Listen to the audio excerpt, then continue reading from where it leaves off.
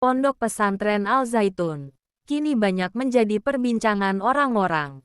Baru-baru ini, Ponpes Al-Zaitun melalui pimpinannya, Panji Gumilang menyebutkan bahwa dirinya mengikuti mazhab Soekarno. Namun sebelumnya, Ponpes Al-Zaitun ini sempat menggegerkan masyarakat Indonesia soal sholat Id dengan mencampurkan antara pria dan wanita di saf depan. Ya, Ponpes Al-Zaitun kini terkenal ke seluruh Asia Tenggara, lantaran banyaknya kontroversial yang dilakukan oleh pimpinan ponpesnya, Panji Gumilang. Ada beberapa hal yang membuat Ponpes Al-Zaitun ini menjadi kontroversial. Salah satunya lagi mengenai pemimpin Al-Zaitun Panji Gumilang menyebutkan salam Yahudi. Berikut ini, akan kita bahas mengenai beberapa hal aneh yang ada di Ponpes Al-Zaitun, seperti telah dikutip dari berbagai sumber. 1. Al-Zaitun perbolehkan zina asal bayar 2 juta, hilang dosanya. Ponpes Al-Zaitun terus memperbolehkan zina. Syaratnya, usai melakukan perzinahan, harus menebus dosanya dengan uang. Pernyataan menghebohkan ini disampaikan oleh Ken Setiawan, salah satu mantan tokoh NII. Sungguh di luar nalar akal sehat, yakni, dosa besar seperti zina bisa dihapuskan dengan uang. Jelas ini ajaran yang menyimpang sesat. 2. Salam Yahudi. Pimpinan Pondok Pesantren Al-Zaitun Indramayu, Abdussalam Rashidi Panji Gumilang kembali membuat heboh dengan salam ala Yahudi. Kali ini, pimpinan Pondok Pesantren Al-Zaitun Abdussalam Rashidi Panji Gumilang membuat geger media sosial saat mengajak jemaah untuk mengucapkan salam Yahudi. Ucapan salam Yahudi dilakukan pimpinan Pondok Pesantren Al-Zaitun Abdussalam Rashidi Panji Gumilang saat pergelaran malam 1 Suro atau 1 Muharram di Pondok Pesantren Al-Zaitun. Saya mengajak saudara untuk mengucapkan salam yang tidak assalamualaikum saja, ajak pimpinan Pondok Pesantren Al-Zaitun Abdussalam Rashidi Panji Gumilang dikutip dalam video yang tersebar. Supaya tahu, Avenu Shalom ya. Avenu Shalom Alehem. Avenu Shalom Alehem. Avenu Shalom. Padahal dalam agama kita Islam sudah diajarkan salam yang paling baik dan benar. Assalamualaikum adalah sapaan yang berupa doa kebaikan. Assalamualaikum sendiri merupakan kalimat dalam bahasa Arab yang memiliki arti yang baik. 3. Sholat Id kontroversial. Setelah viral di media sosial, salat Id di Ponpes Al-Zaitun menuai sorotan. Hal itu karena pelaksanaan salat yang tidak biasa yang ditunjukkan adanya seorang perempuan bercampur barisan dengan jemaah laki-laki, dan disebutkan ada 1 orang non-muslim. Berikut 3 penjelasan Ponpes Al-Zaitun yang diungkap oleh Kemenak Indramayu. Terungkapnya identitas sosok perempuan. Aan juga mengungkap sosok perempuan dalam saf depan tersebut. Aan mengaku mendapat informasi bahwa perempuan itu adalah istri pimpinan Al-Zaitun Abdussalam Rashidi Panji Gumilang. Saya ngambil dari informasi lain ternyata perempuan itu adalah istri Syekh Panji Gumilang, kata Aan. Jarak saf salat berjamaah. Kementerian Agama Kemenak Kabupaten Indramayu mengaku sudah mengunjungi dan mengklarifikasi pimpinan Ponpes Al-Zaitun perihal adanya wanita di saf terdepan saat salat Id. Kemenak menanyakan beberapa hal. Aan mengatakan pihaknya menanyakan soal jarak saf salat yang tidak seperti pada umumnya. Kepada Aan, Ponpes Al-Zaitun mengambil dasar hukum Quran Surah Al-Mujadilah ayat 11. Yang pertama dia mengambil dasar hukum Surah Al-Mujadilah Quran Surat ayat 11.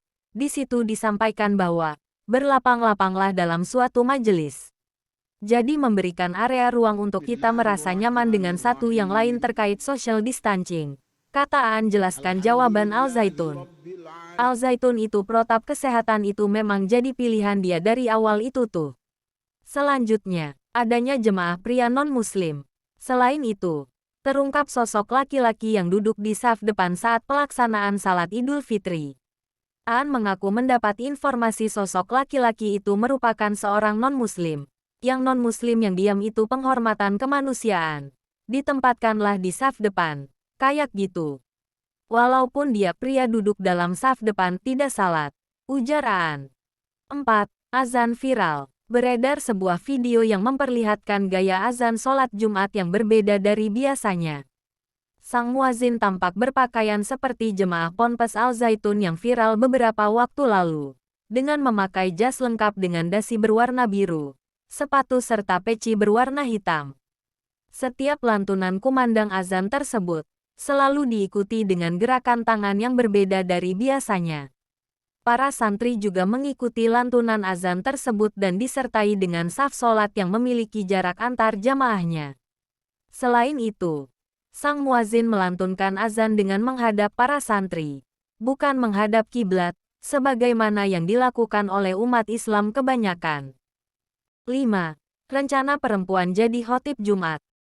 Pimpinan Pondok Pesantren Al Zaitun, Syekh Panji Gumilang merencanakan perempuan jadi khatib Jumat. Hal itu diungkapkannya saat menjelaskan tentang berita viral terkait perempuan yang salat berjamaah di saf depan. Semua pernyataan Syekh Panji Gumilang itu terungkap saat menerima kunjungan Kepala Kantor Kementerian Agama Kemenak Indramayu, Hamuh Mulyadi, bersama jajarannya. Dalam rekaman video tersebut, Syekh Panji Gumilang mengungkapkan bahwa keberadaan Pondok Pesantren Al Zaitun kerap dihebohkan oleh orang Islamofobia.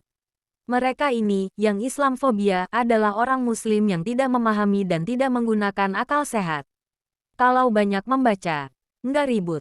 Ini sebentar lagi, khotib Jumat akan dilakukan oleh pelajar putri.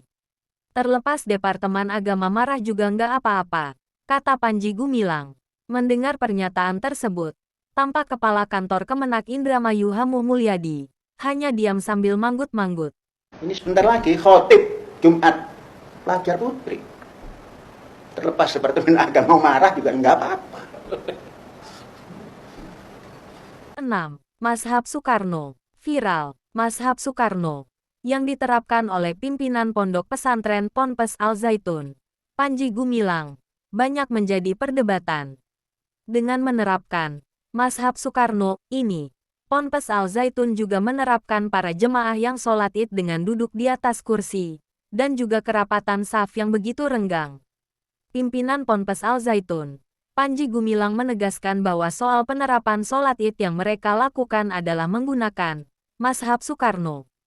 Tegas, mazhabku adalah dari Bung Karno. Namanya Ahmad Soekarno karena di dalam tulisannya itu enggak pakai Bung, kata Panji Gumilang. Kira, itu kok perempuan, urusan perempuan.